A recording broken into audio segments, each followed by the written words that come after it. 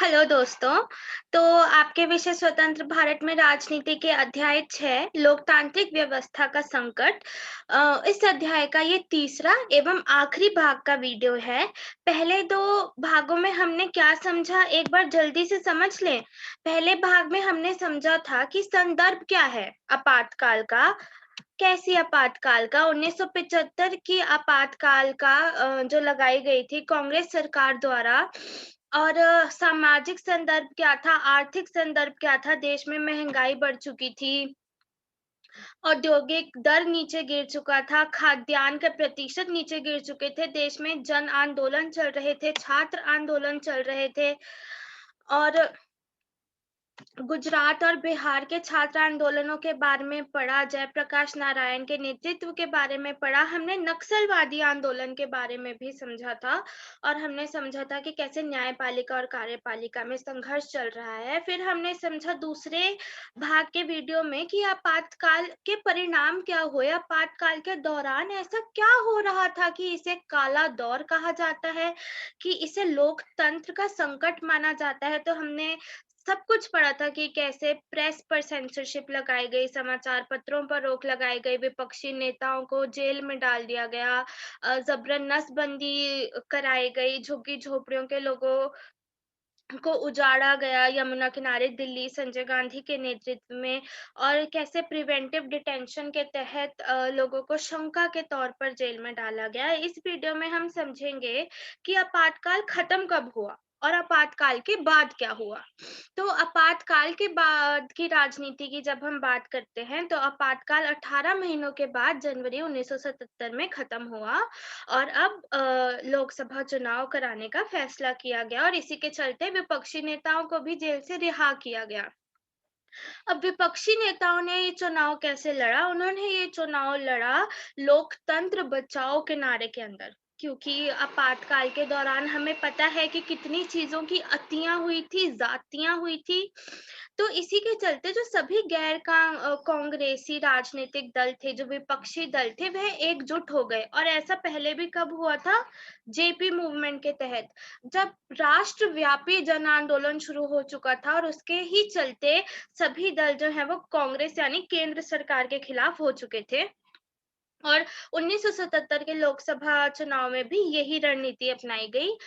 जनता party का गठन हुआ, जो इन सभी पार्टियों की एक मिली-जुली एकजुट पार्टी थी, जिसका नेतृत्व कर रहे थे जयप्रकाश नारायण।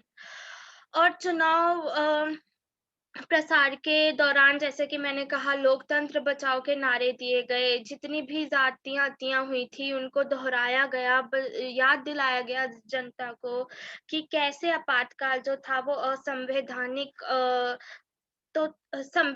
तो था, परंतु उसे कैसे तोड़ मरोड़ कर असंवैधानिक तौर पर उसका इस्तेमाल किया गया। एवं आपातकाल का जो अलोकतांत्रिक चरित्र था उसे इस इलेक्शन कैंपेन यानी चुनाव प्रसार के दौरान लाइट में लाया गया। इसके बारे में बात की गई। तो जब यह सब हो रहा था तो आपको क्या लगता है, जो आपातकाल के दौरान इतनी अतियां हुई, पहले से ही देश में इतना असंतोष था जनता के बीच, पहले से ही आंदोलन चल रहे थे। अगर आपको याद हो कि 1970 के दशक में जब हमने आर्थिक संदर्भ, महंगाई और बेरोजगारी की बात करी थी, जब जब फाइनली 1977 में लोकसभा चुनाव हुए, तो सीधी सी बात है कौन सी पार्टी जीती होगी? जनता पार्टी। कांग्रेस पार्टी आजादी के बाद पहली बार ऐसा हुआ कि लोकसभा चुनाव बुरी तरीके से हार चुकी थी। आप इस मैप में देख सकते हैं, जितने भी हरा रंग से दर्शाया गया है इलाका भारत के नक्शे पर, यह है जनता पार्टी के विजयी राज्य। इन सब राज्यों में जनता पार्टी विजय रही। जनता पार्टी ने 350 से ऊपर सीटें बरामद करी। और कुल सीटें कितनी होती हैं लोकसभा में, आपको पता होना चाहिए, 520। और कांग्रेस पार्टी को 35% से भी कम वोट मिले थे। कांग्रेस बुरी तरीके से परास्त हो चुकी थी। और ज्यादातर आपने इस मैप में भी देखा कि कैसे उत्तर भारत में जनता पार्टी का होल्ड रहा, उत्तर भारत में जनता पार्टी को बहुमत मिला। और ऐसा क्यों? ऐसा इसलिए हुआ कि जो आपातकाल का प्रभाव था वो सभी राज्यों पर, पूरे देश में एक जैसा नहीं पड़ा था। हमने हमने पढ़ा था कि कैसे दिल्ली की झुग्गी बस्तियों को उजाड़ा गया था, वहीं पर ही जबरन नसबंदी कराई जा रही थी। उत्तर भारत में ही आपातकाल की जो अतियां थी वो सबसे ज्यादा की गई। और इसीलिए उत्तर भारत में ही, जैसे आप देख सकते हैं, कांग्रेस पंजाब, दिल्ली, हरियाणा, बिहार, उत्तर प्रदेश, इन राज्यों में तो कांग्रेस को एक भी सीट नहीं मिली थी। परंतु दक्षिण भारत, उड़ीसा और महाराष्ट्र जैसे और राज्यों में कांग्रेस की पकड़ अभी भी बरकरार थी। और ऐसा इसलिए था क्योंकि इन राज्यों पर ऐसी अतियां नहीं नहीं की गई थी जैसे उत्तर भारत में की गई थी। तो अब आपको समझ में आ चुका है कि आपातकाल के दौरान सभी राज्यों में एक जैसी चीजें नहीं की जा रही थी, और उत्तर भारत सबसे बुरी तरीके से प्रभावित हुआ था आपातकाल से। और इसीलिए कांग्रेस उत्तर भारत में बुरी तरीके से परास्त हुई, और परंतु दक्षिण भारत और उड़ीसा और महाराष्ट्र जैसे राज्यों पर कांग्रेस ने अपनी पकड़ बनाकर रखी। परंतु जनता पार्टी की पकड़ कहाँ बनी रही? उत्तर भारत में, उन क्षेत्रों में जो आपातकाल से काफी ग्रस्त हुए थे। तो जीत चुकी है अब चुनाव, जनता सरकार सत्ता में आ चुकी है। परंतु क्या जनता सरकार एक आइडियल सरकार बन पाई, जैसी सरकार लोगों ने सोचा था कि वह चाहते हैं कांग्रेस की जातियों के बाद? क्या जनता सरकार वैसी ही सरकार थी जैसा चाहा गया था या जैसा देखा गया था? नहीं, ऐसा नहीं था। और अब हम समझेंगे क्यों। क्योंकि 1977 के चुनावों के बाद ये जो जनता सरकार बनी थी, हमने अभी पढ़ा कि बहुत सारे राजनीतिक दलों को मिलकर बनाई गई थी, है ना? कि जितने भी विपक्षी दल थे वे एक साथ आकर एकजुट होकर कांग्रेस के खिलाफ लड़े और जीत गए। परंतु इस सरकार में कोई खास तालमेल नहीं था, क्योंकि सभी नेताओं, अब जब अलग-अलग विपक्षी दल एक साथ आए हैं, तो उन सभी नेताओं का यह चाहना था कि हम प्रधानमंत्री बने। कि प्रधानमंत्री बनने की होड़ मच चुकी थी। और सबसे प्रमुख नेता जो थे, जो प्रधानमंत्री बनना चाहते थे, वह थे 3।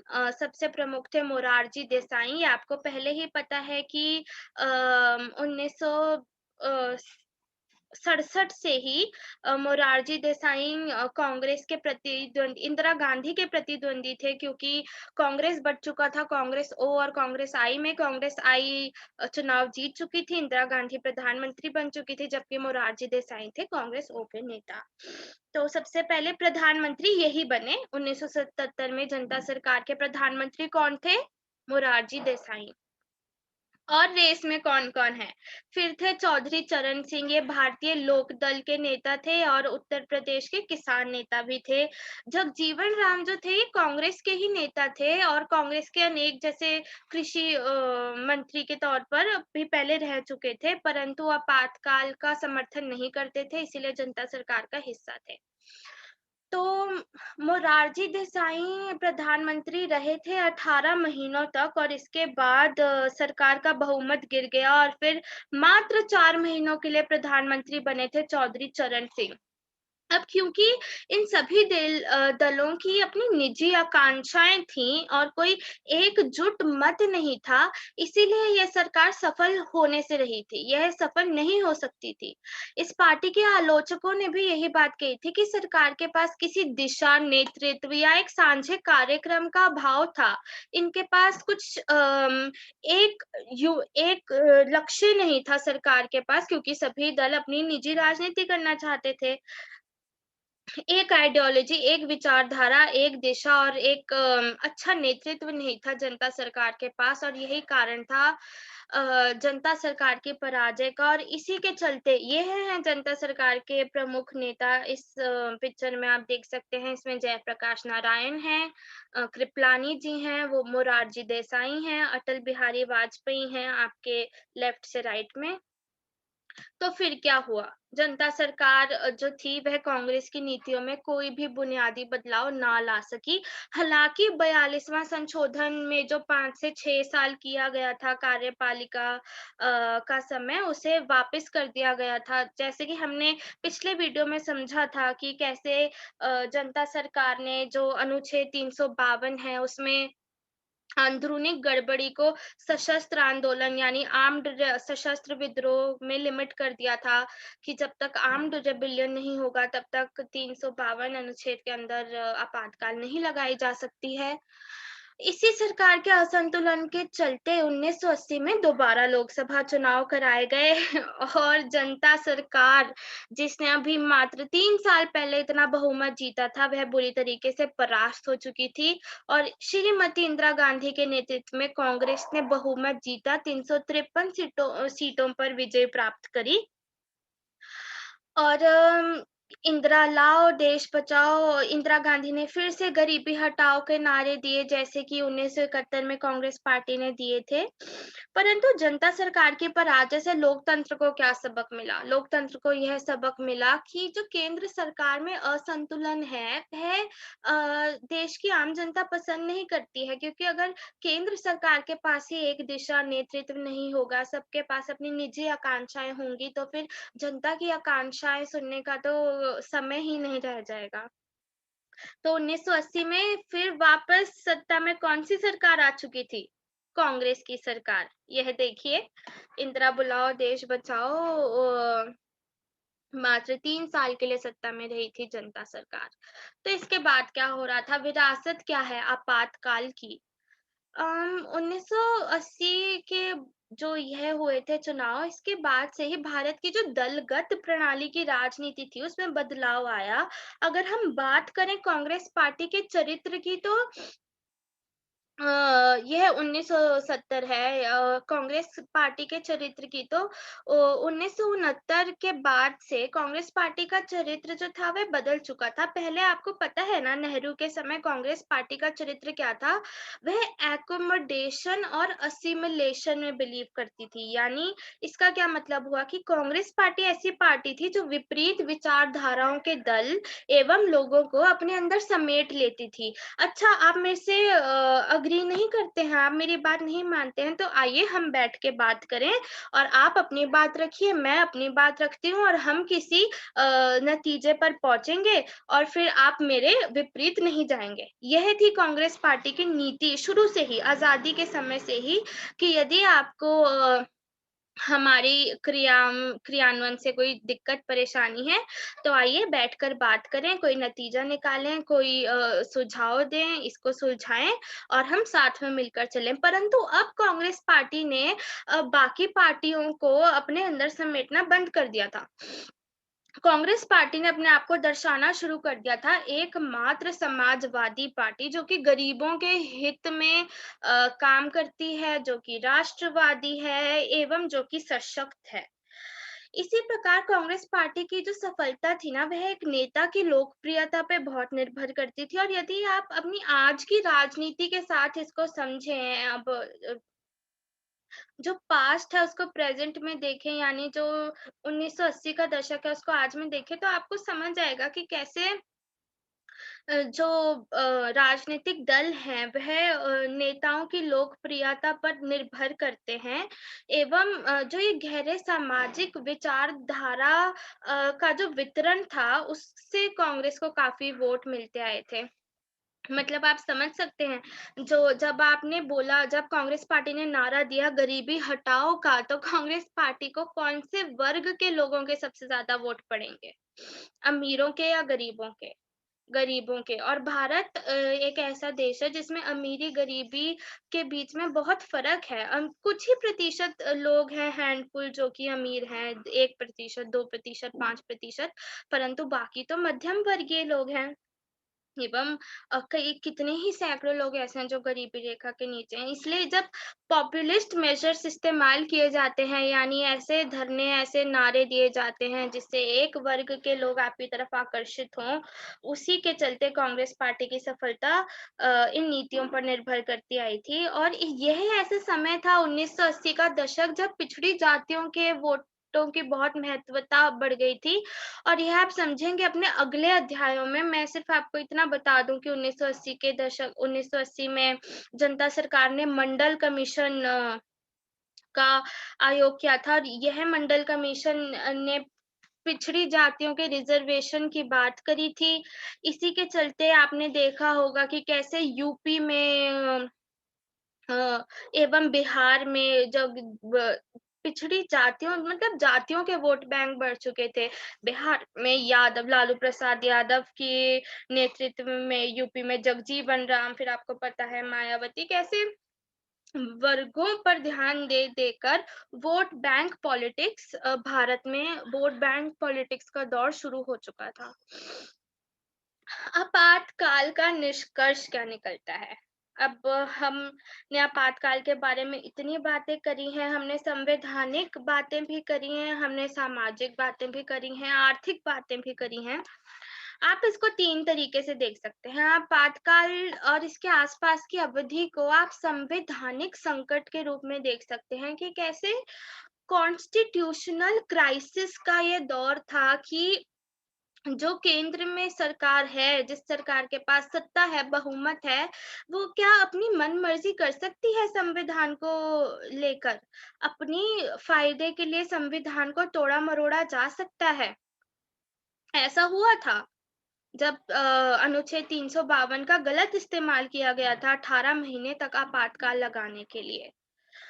तो एक तो यह था दौर संवैधानिक संकट का, दूसरा हमने पहले ही वीडियो में समझा था कि कैसा ये दौर था न्यायपालिका और कार्यपालिका के बीच संघर्ष का, क्योंकि न्यायपालिका का कहना था कि जो सरकार है वह हमारे संविधान के बुनियादी संरचना के साथ छेड़छाड़ नहीं कर सकती, परंतु कार्यपालिका यानी एग्जीक्यूटिव सरकार का यह कहना था कि वह ऐसा बिल्कुल कर सकती है और न्यायपालिका को सिर्फ अपना अम फैसले सुनाने के काम पर ध्यान देना चाहिए, सरकार की गतिविधियों में अड़चनें नहीं डालनी चाहिए। इसी के चलते काफ़ी तनाव का समय था न्यायपालिका और कार्यपालिका को के रिलेशंस के बारे में अगर हम बात करें तो। तीसरा ये राजनीतिक संकट का दौर था। राजनीतिक संकट का दौर इसलिए था क्योंकि एक पार्टी के खिलाफ सारे विपक्षी दल इकट्ठे हुए और फिर अपनी निजी आकांक्षाओं के चलते वह बिखर गए।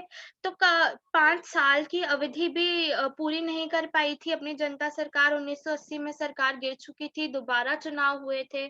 तो और हमने अभी पढ़ा कि कैसे वोट बैंक पॉलिटिक्स, वर्गों की राजनीति, एक नेता की लोकप्रियता के तौर पर यह दौर जो है वह चलता आ रहा था। यह सब बातें करने के बाद जो सबसे महत्वपूर्ण बात रह जाती है वह है लोकतंत्र में जन आंदोलन की शक्ति। कि एक जन आंदोलन लोकतंत्र में कितनी महत्वता रखता है। आप याद रखिएगा कि आपातकाल लगाने का तुरंत कारण यही था जो 1975 जून में दिल्ली में संसद मार्च निकाली गई थी जयप्रकाश नारायण के नेतृत्व में। यदि आप यह इस अध्याय से आपके एग्जाम के तौर पर नहीं, यह आपसे प्रश्न नहीं पूछा जा सकता है, परंतु ये जो 3 भागों में हमने अध्याय पढ़ा है इसका सार यही है कि जन आंदोलन की 18 महीनों तक आपातकाल लगाए गई, अतियां की गई, लोगों को जबरन जेलों में डाला गया, विपक्ष को कुचलने की कोशिश की गई, लेकिन अंत में क्या हुआ? लोकतंत्र की विजय हुई। दोबारा से चुनाव कराए जाने पड़े और फिर वही सरकार जो थी 1977 में चुनाव हार चुकी थी। अब बात करते हैं यदि प्रश्नोत्तर की, तो आपसे पूछा जा सकता है कि आपातकाल के बाद की राजनीति के बारे में बताइए, या 1977 में कौन-सी पार्टी जो थी वह सत्ता में आई थी। जनता सरकार में कौन-कौन सी और पार्टियां शामिल थी, जनता सरकार सफल क्यों नहीं हो पाई, ये हम पढ़ चुके हैं। निजी आकांक्षाओं के चलते प्रधानमंत्री बनने की होड़ मच चुकी थी। पार्टी के पास किसी भी एक एकत्रित दिशा एवं किसी भी एक संपूर्ण कार्यक्रम की नीति नहीं थी। वह कांग्रेस की किसी भी नीति में बुनियादी बदलाव नहीं ला पाई थी, सक्षम सरकार नहीं थी और इसी के चलते चलते 1980 में वापसी हुई कांग्रेस सरकार की और आगे भारत में कौन-सी राजनीति होगी, ये आप अपने अगले अध्यायों में पढ़ेंगे।